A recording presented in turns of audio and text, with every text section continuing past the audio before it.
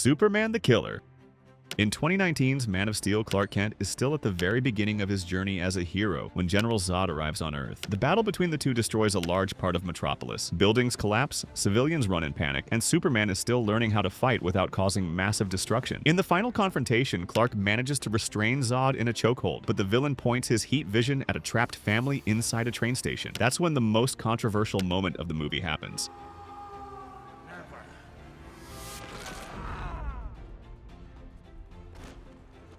Right afterward, Clark lets out a scream of pain. Clearly devastated by having taken a life. The scene split fans all over the world. Many people criticized it for going against the classic image of the hero. To be honest, at the time I watched it, I didn't think it was that problematic. But what about you? What's your opinion? According to Snyder, this death works as the character's moral origin point. The idea is that this trauma is the reason Clark never wants to repeat something like that in the future. Aim for the head. Avengers Endgame starts by shattering any expectation of redemption. Not long after the snap that wiped out half the universe, Captain Marvel helps the Avengers locate Thanos on an isolated planet called the Garden. When they get there, they find a completely different Thanos. He's weakened, living alone, with his arm burned from using the Infinity Stones. The group's hope was simple: recover the stones and undo everything. But Thanos reveals something devastating. He used their power to destroy the stones themselves, making sure no one could ever reverse the snap. Where are the stones? He used the stones to destroy the stones. I'll admit it, here he was a genius, but for Thor this is too much. In Infinity War, he had struck Thanos in the chest and heard the villain himself say he should have aimed for the head. You should have gone for the head. Since then, the God of Thunder has carried guilt, rage, and a constant feeling of failure. Without debate or judgment, Thor advances and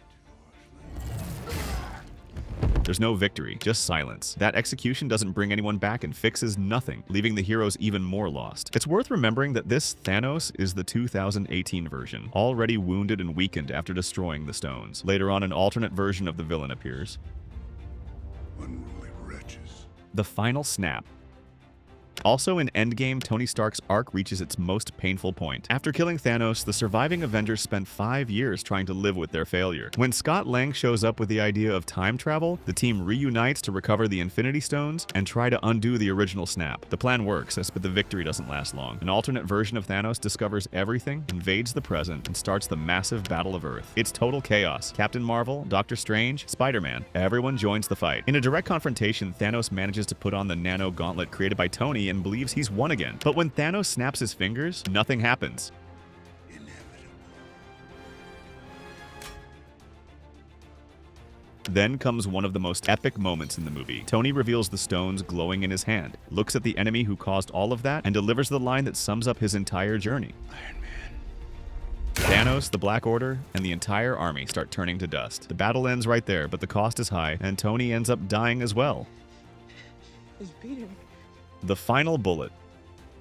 In 2017's Logan, the confrontation with X-24 reaches its most painful point. The clone is a young, silent, brutal version of Wolverine himself, created by Transigen purely as a weapon. No emotions, no conscience, and a perfect healing factor. X-24 tears through anyone who stands in his way. During the battle in the forest near the Canadian border, he manages to fatally wound Logan, impaling the hero on a tree trunk. Already weakened, with his healing factor almost gone, Logan is trapped, bleeding, and unable to fight back. That's when Laura steps in. Also known as X-23, she's Logan's genetic daughter, created in the same lab. Watching her father die right in front of her, she runs to his revolver and uses the single adamantium bullet Logan had saved for years, specifically for a point of no return. She aims without hesitation and...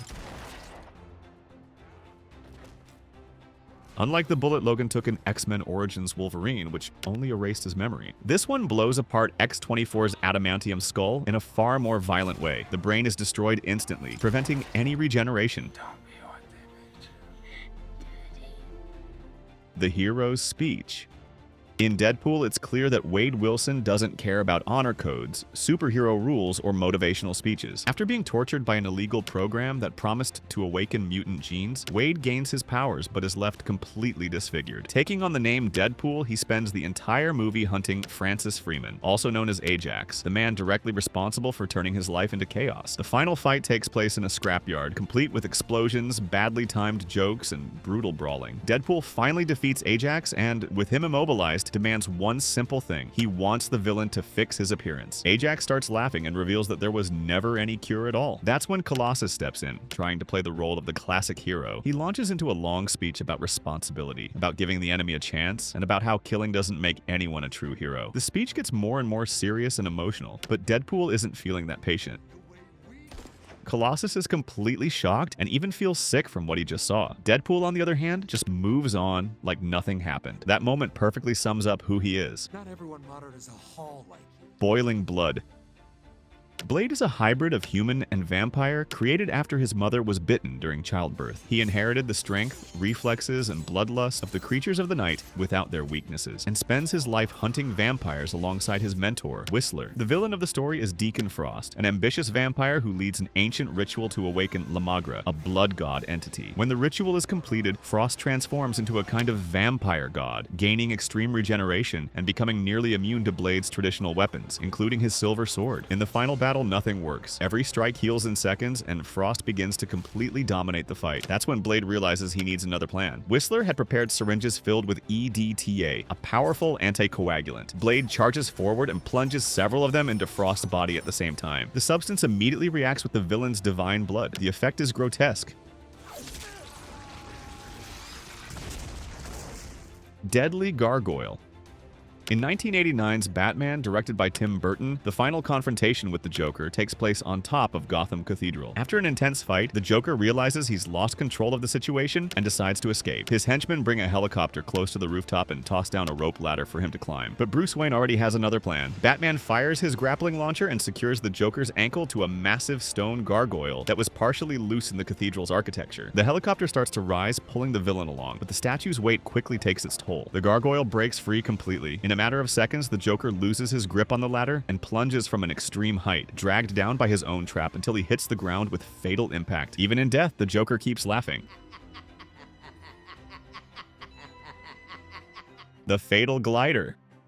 In the climax of 2002's Spider-Man, directed by Sam Raimi, the fight between Peter Parker and Norman Osborn takes place in an abandoned building and ends with one of the most ironic deaths in superhero cinema. Norman is the father of Peter's best friend, Harry Osborn, and also the Green Goblin, the villain responsible for terrorizing New York. After a brutal fight, Peter manages to knock him down and leave him vulnerable on the ground. That's when Norman tries to change the game. He removes his mask and starts speaking as if he's free from the Goblin's personality, claiming he lost control and appealing to Peter's emotions. He reminds Peter of the almost fatherly relationship they built and tries to convince him that he's not really a monster, but it's all an act. While talking, Norman discreetly activates a command in his suit, summoning his glider from behind Peter. The machine's blades arm themselves, ready to strike, but Peter's spider sense kicks in at the last second. With no time to react, Norman Osborn is impaled by his own glider against the wall. Gravely wounded, he looks at Peter and makes one last request, almost whispering, asking him not to tell Harry. The death leaves a deep emotional scar on Peter, who carries the weight of losing someone close after Uncle Ben, even knowing that everything was the result of the villain's own choices. The Dance of Death. In Guardians of the Galaxy, the final showdown blends humor with one of the MCU's most unlikely victories. Ronan the Accuser is a Kree fanatic, determined to destroy the planet Zondar using the Power Stone embedded in his hammer. After defeating the Nova Corps and reducing the city to rubble, he believes he's already won. It's in this moment of total superiority that Peter Quill decides to try something different. He starts dancing. Ronan is visibly confused by the move, while Quill taunts him and moves like he's in a dance-off. The distraction buys exactly the time Rocket and Drax need to use the Hadron Enforcer, an improvised, extremely powerful weapon, to shatter the villain's hammer. With the weapon destroyed, the Power Stone is exposed. Quill dives to grab the stone midair. The surge of energy nearly kills him instantly, since no human should survive even seconds holding it. His body begins to disintegrate, but Gamora, Drax, and Rocket rush in and grab his hands, sharing the cosmic load between them. United by the stone's energy and by the trust they've built throughout the film, the Guardians finally take control of the power. No epic speech and no chance to react. They unleash the full force of the Power Stone on Ronan. The villain is completely disintegrated on the spot. The Last Sunset. In Black Panther, the decisive battle between T'Challa and Killmonger takes place in Wakanda's vibranium mines. Killmonger isn't just any villain, he's T'Challa's cousin, raised outside Wakanda after his father's death, growing up fueled by resentment toward the royal family and the nation's isolation. His goal is to use vibranium to arm oppressed people around the world, even if it costs millions of lives. The fight begins at high speed, literally atop the rail tracks. To level the playing field, T'Challa activates the system's sonic stabilizers. The sound waves temporarily cancel vibranium's properties, causing the Black Panther suits to fail. Without full armor protection, the two end up fighting almost like ordinary men. In a brief opening, T'Challa manages to pierce Killmonger's suit and stab him in the chest. Realizing how serious the wound is, T'Challa offers to take him to be healed with Wakanda's advanced technology, but Killmonger refuses immediately. He says he'd rather die than live in chains, recalling how his ancestors chose death in the ocean over slavery. T'Challa then carries him to a mountain so he can watch Wakanda's sunset, something Killmonger had always wanted to see. There, in silence, Eric dies, staring at the sky. The symbol of hope.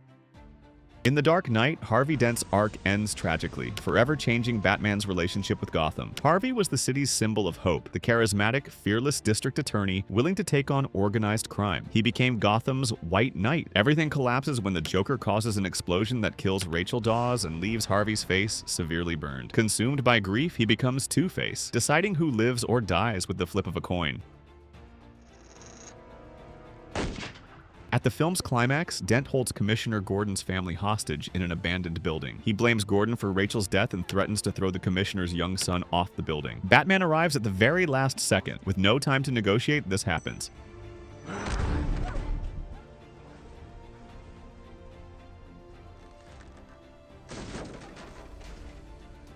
Batman survives thanks to his suit, but Harvey hits the ground and dies on impact. It wasn't a planned murder, it was a split-second decision to save a child, but the consequences go far beyond that moment. When Batman and Gordon discover Harvey had committed several murders, they make a silent pact. They hide the truth about Two-Face, so they don't destroy the symbol Harvey represented. Gotham needed to believe its hero hadn't fallen. Batman takes the blame for all of Harvey's crimes and disappears, becoming a fugitive. Meanwhile, the city passes the Dent Act, using the DA's clean image to imprison dozens of mobsters. The Joker loses the battle that day, but Bruce Wayne becomes Gotham's official villain to keep hope alive.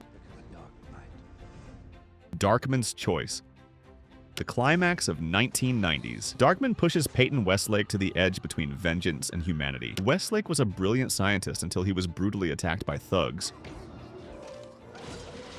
working for corrupt businessman Louis Strack Jr. The experiment meant to save his own skin leaves his body deformed and destroys most of his ability to feel pain, turning an ordinary man into Darkman, a vigilante driven by rage and loss. The final reckoning happens atop a skyscraper under construction. After an intense physical fight, Westlake overpowers Strack and holds him by the ankle, dangling over the abyss. With no way out, Strack tries to mess with the hero's head, saying Westlake will never live with the guilt, that by letting him fall, he'll become a monster just like him. For a few seconds, Westlake hesitates, then he makes his choice. Strack plunges screaming until he vanishes below. As the villain falls, Westlake coldly replies that he's learning to live with many things. Burning Skull. In 2004's The Punisher, Frank Castle makes it clear that his justice involves no prisons, trials, or second chances. Howard Saint is a powerful crime boss responsible for the murder of Frank's entire family. From that moment on, Castle spends the film planning a meticulous revenge, physical and psychological. Before the final confrontation, he sets up a cruel scheme, making Saint believe his wife, Livia, is having an affair with his right-hand man, Quentin Glass. Consumed by jealousy, Saint kills them both with his own hands.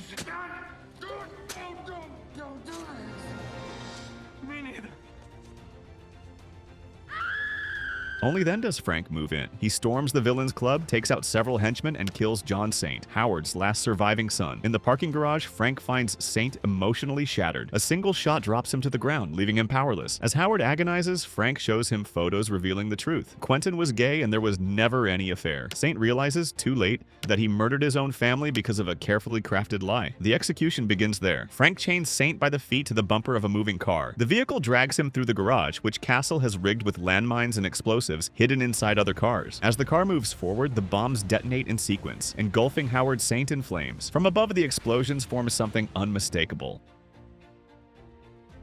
For Frank Castle, it wasn't just revenge. It was a message.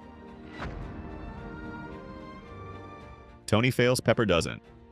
In Iron Man 3, the final clash between Tony Stark and Aldrich Killian takes place on a burning oil platform. Killian is the real mastermind behind the fake Mandarin and the creator of Extremis, an experimental virus that grants superhuman strength, accelerated healing, and a body that literally radiates heat. After an intense fight, Tony lures the villain into the Mark 42 armor. Once Killian is inside, Stark seals it remotely and triggers the self-destruct. The explosion is massive, and for a few seconds it looks like it's over, but Killian emerges from the wreckage still alive, screaming that he is the true Mandarin. Tony, now without an armor, is completely vulnerable as the villain moves in for the killing blow. That's when Pepper Potts reappears. She had fallen during an earlier explosion, and everyone believed she was dead. In reality, Killian had injected her with Extremis, giving her regenerative abilities and immense strength. She kicks an explosive attached to a flying armor toward the villain, rips a repulsor from the Mark 9's gauntlet, and fires. The final blast is powerful enough to completely destroy his body. These heroes cross the line, some for revenge, others to save lives, but all of them carry the weight of that choice. And if you want to see how Tony Stark learned from every brutal mistake he made, the video is on screen. See you there.